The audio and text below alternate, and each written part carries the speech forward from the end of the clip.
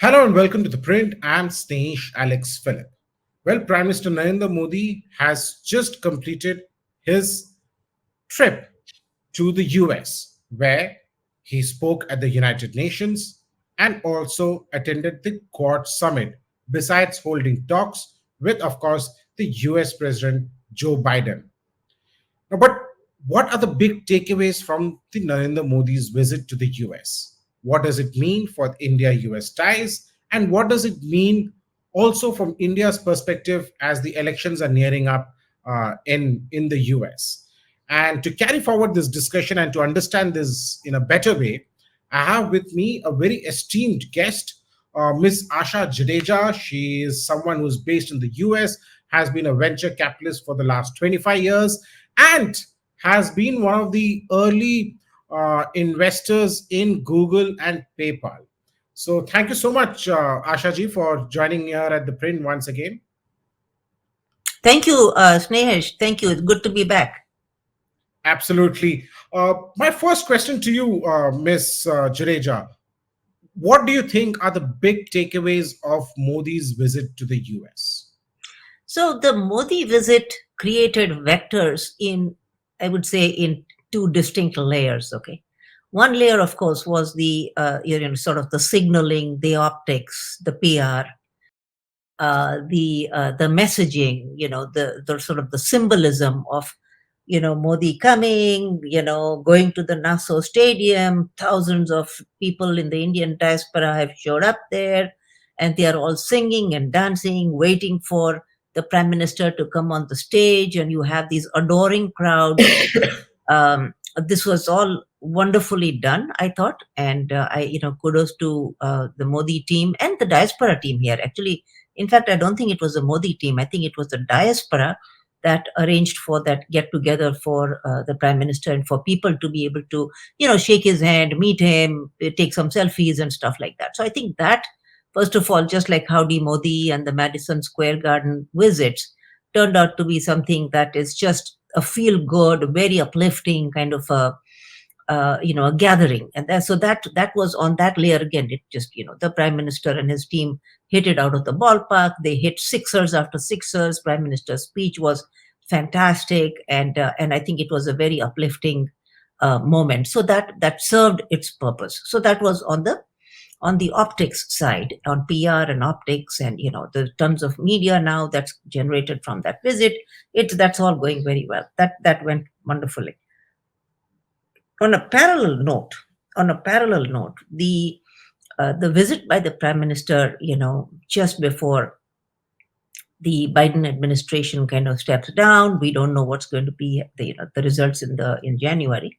But before it steps down, I think the visit by the prime minister to the home of President Biden in Delaware, I think, was an extremely important step. I cannot tell you, I cannot stress enough how important it was that the prime minister accepted that invitation by the outgoing President Biden. Correct me if I'm wrong. That was his personal house, and Yes, President Biden generally doesn't entertain guests at his yes, house. exactly. So this was a very, very, very significant, gathering that Biden arranged, and it was, of course, orchestrated fully by the State Department.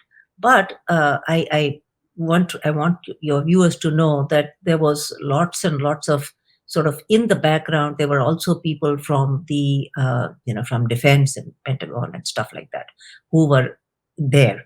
So I think that meeting was extremely significant in shifting the nature, the quality, and the flavor of the Quad from being purely sort of a non-security kind of a gathering to something that could be much more. Now, in this meeting, did they sign off on various documents? I am not sure, and I think that is a work in progress, and that will happen. But I think what it did is it just signaled to the rest of the world, especially to China, Russia axis that's developing now, that this is a serious gathering that's coming together, and it's in direct response to what's happening between Russia and China right now. So in that regard, this was one of the most important meetings that the prime minister said yes to. I'm so glad he was here, because it's very easy for a prime minister, somebody like him who's so busy right now in his brand new government. It's very easy for him to wave this off and say, oh, this is an outgoing lame duck president, why be there? But this was one of the most significant meetings. The content of it we will understand even more seriously over the next few months. But I think this is a sort of a shift that's likely to happen. Snehesh, if you don't mind me a couple more minutes, I would just say Absolutely that right. along, in parallel with this meeting with the prime minister, with the whole Quad team, I think the second set of meetings that happened between Dr. Jaishankar and a whole bunch of extreme, even of course Tony Blinken and all of them, but also a whole bunch of other, Pan IIT and a whole bunch of other meetings that happened with Jaishankar are also significant in the sense that this, in my view, is going to move the needle from sort of just saying, oh, Quad is just, one of those feel good, 4-member gatherings. I think it could actually become more of an alliance. And if that does, we are looking at it becoming a security alliance. I hope it does. Well, at least from the Japanese side indicated that, and then we of course had the external affairs minister clarifying that we are not looking at it from a security point of view. I think that's what India would officially state any which way. But you mentioned about this Quad meeting. You've also mentioned the fact that Mr. Biden invited Prime Minister Modi to his personal home. Which is a very rare gesture. And when I say rare, I think it was the first time when he did that with anyone. But before Prime Minister Modi's visit to the U.S., you had the presidential candidate Donald Trump making a somewhat not such a making not a great statement about India, but he also mentioned that he's going to meet with Prime Minister Modi when he's going to come visit the US. But that meeting never happened. Neither did he meet with the Democratic nominee, which is Vice President Kamala Harris. Why was that? Was this something planned way, or was it because the meeting just couldn't be finalized? I think that I would not attach too much weight to the prime minister not meeting Trump yet, or not meeting Harris, because that was compensated by his meeting with Biden at his home, and I think that was the most important thing to have been pulled off. And then, of course, the parallel meetings between Dr. Jaishankar and Blinken, and the whole entire teams and so on. So I think that I think I would not attach any significance to not meeting Trump. Trump, I had a bunch of meetings. You're right, with people like Zelensky and so on. But remember, those are parties which are in deep trouble right now. People like Ukraine desperately need bipartisan support in getting its funding approved, in getting the arms shipments approved. And having a meeting with Trump can signal to the Republicans also that, along with the Democrats, the Republicans are behind it. And even if Trump wins, I think Zelensky was covering his bases. So I think that meeting with Trump was not significant, and it will happen irrespective of who wins.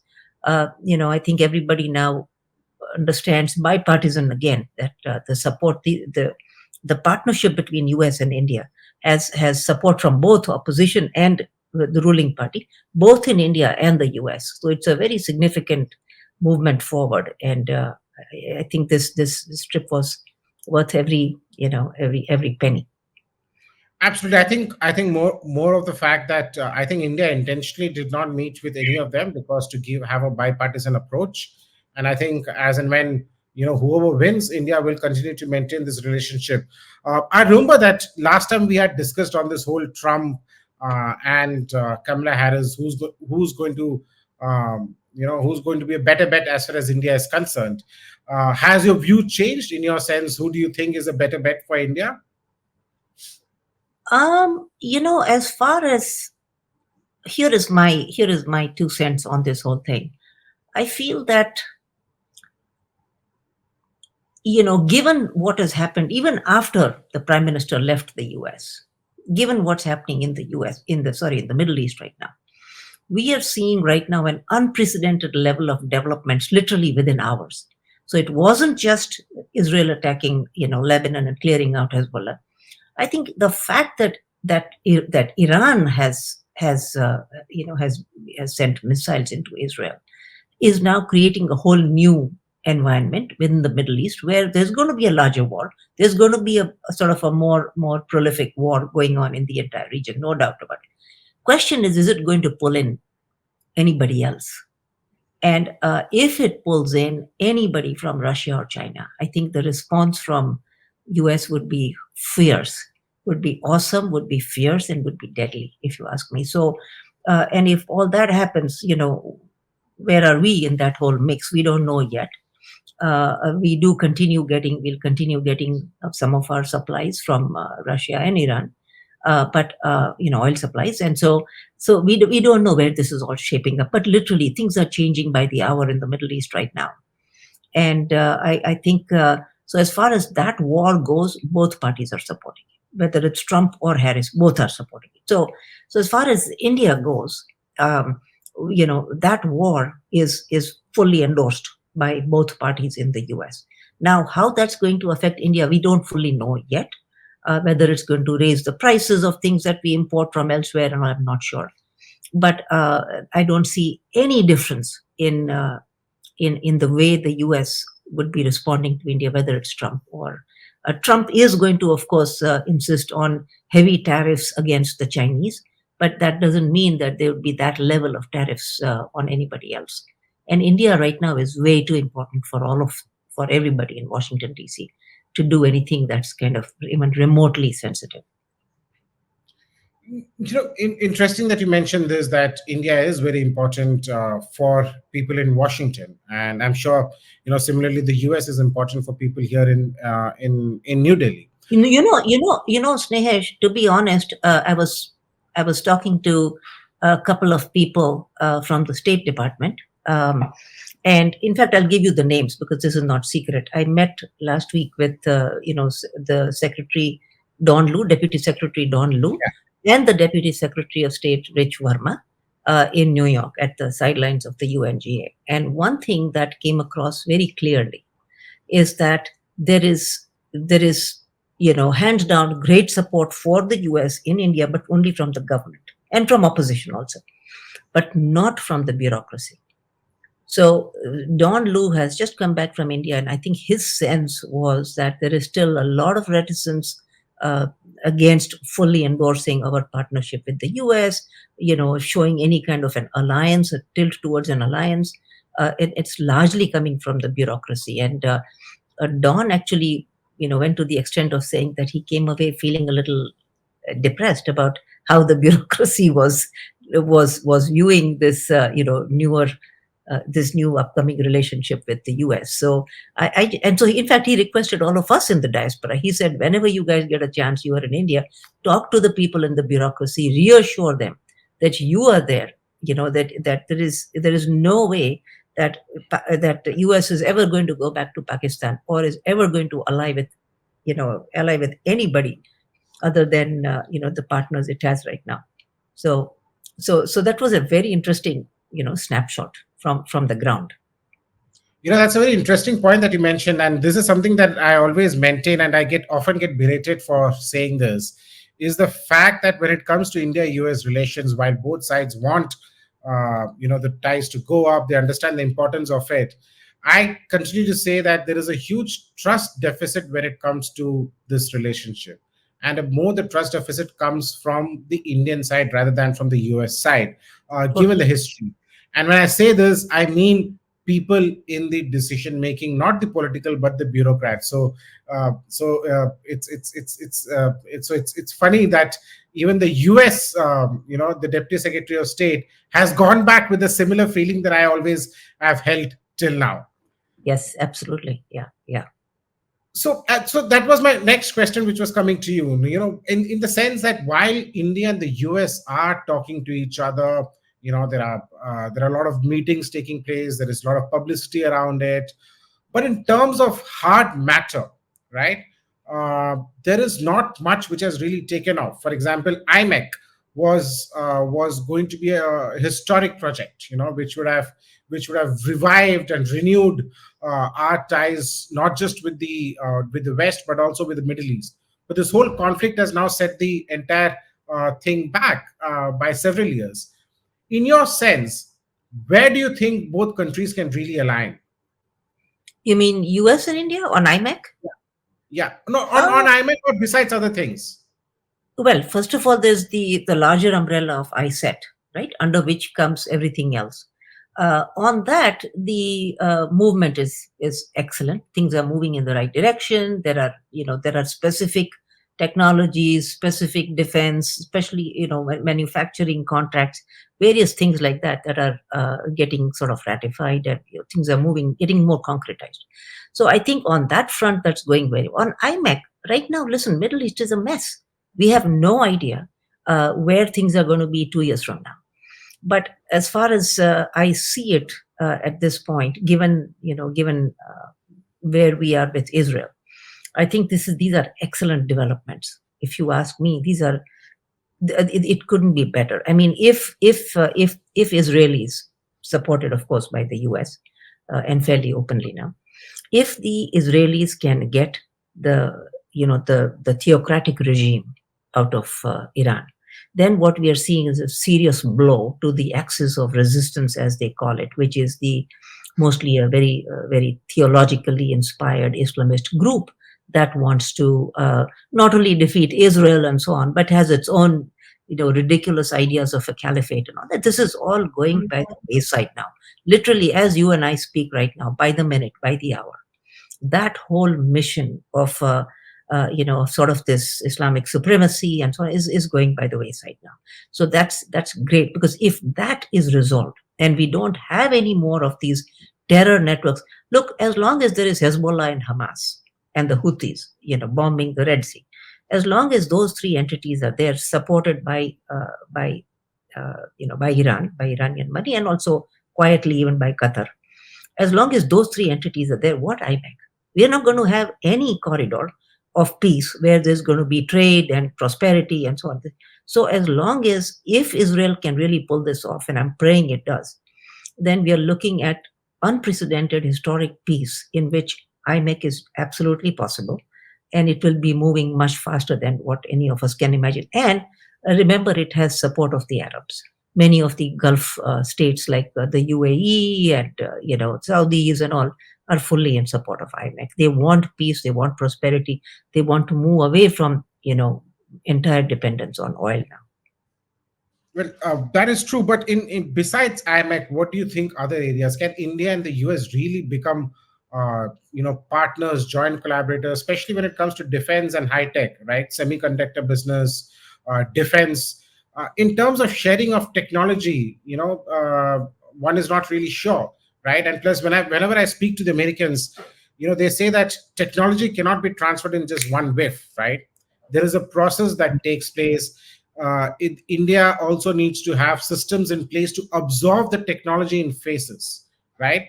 And then develop on it. So when they talk about technology collaboration, it just can't happen in a second or in a year, right? Absolutely, yeah. Do you agree with that? Since you are somebody who's who's invested in Google, PayPal, so you understand technology. How does that figure No, work out? so listen, the best way to look at it is that, first of all, none of these things happen in a quick snap, right? It'll these things take time. What I think what I'm bullish on right now is that under the surface there is so much going on in terms of conversations between US and India right now. I mean, the level of activity is unprecedented. We've never seen anything like this before. So when there is this level of buzz going on between our two nations, I expect a tipping point. I actually expect one point at which something is going to snap, and you will have enormous collaboration happening, just because there is trust, there are agreements and stuff like that. And the fact that you have the diaspora also very proactively working on closing ties between US and India, I think the momentum is all there. But the tipping point is not yet here, and I really do feel that the bureaucracy is getting in the way, and I think it will get out of the way once there is a little bit more trust building. And I think there is a reason why your Indian democracy has been a little bit slow on fast embracing what is being offered by the US. And I think it is because not only of our historical alliance with other partners, but also because, let's face it, that the US had allied with Pakistan for 30 years. So we Yeah. have reason to be distrustful, and we want to see US unambiguously, hands down, reassuring us that it will never have anything to do with a military dictatorship like Pakistan ever again. And I think it's there. I mean, it keeps saying so, in closed door meetings. So I think we are heading there. Well, there you go. Thank you so much, Ms. Jadeja, for speaking to the print and getting us a glimpse into the importance, the big takeaways from Prime Minister Narendra Modi's visit to the US, and also what this relationship potentially holds for both countries and for the world as such. Mhm. But thank you so much, Ms. Jadeja. It's always a pleasure. Looking forward to having the next round of discussion with you soon. Thank you. Thank you, Snehesh. Talk soon.